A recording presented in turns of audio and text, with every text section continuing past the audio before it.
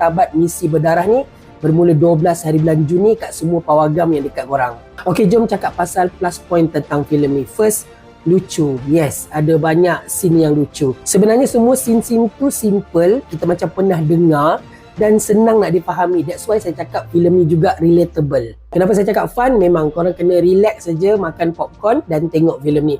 Memang enjoy dengan lawak-lawak yang diorang bagi. Ada satu part tu memang lawak dia bergulung-gulung. We thought macam dah habis dah lawak tu, rupanya lawak tu ada lagi, dia macam build up untuk lawak-lawak seterusnya. In fact, dalam panggung tadi ramai yang macam bersorak, ramai yang tepuk tangan juga sebab memang kelakar guys. Selain daripada watak-watak utama tadi, ada juga nama-nama besar macam Emma Maembong, Tony Yusof, dan ada banyak cameo daripada pelakon-pelakon hebat. Yang ni tak boleh bagi tahu, tak nak spoiler, korang kena tengok sendiri. Bagi saya, rating bagi filem ni adalah 9/10. Ini adalah filem komedi yang saya rasa antara yang terbaik yang pernah dihasilkan. Filem Martabat Misi Berdarah ni memang sedap. Jangan lupa tengok kat pawagam. Enjoy ramai-ramai, ketawa ramai-ramai. Bye.